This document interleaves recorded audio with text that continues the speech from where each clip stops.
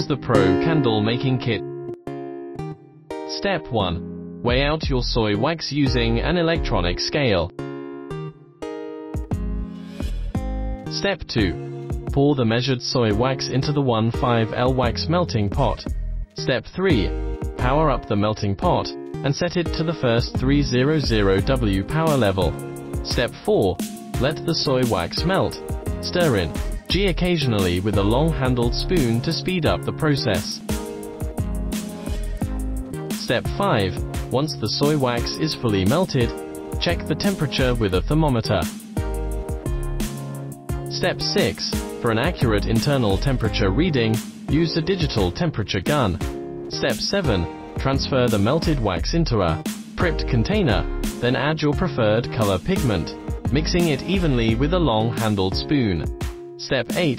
With your wax mixture ready, carefully pour it into your prepared mold. Step 9. After the wax has set, use a hot air gun to heat the center of the candle, smoothing out the surface. Step 10. Once the wax in the mold has fully hardened and cooled, trim off any excess wax with scissors.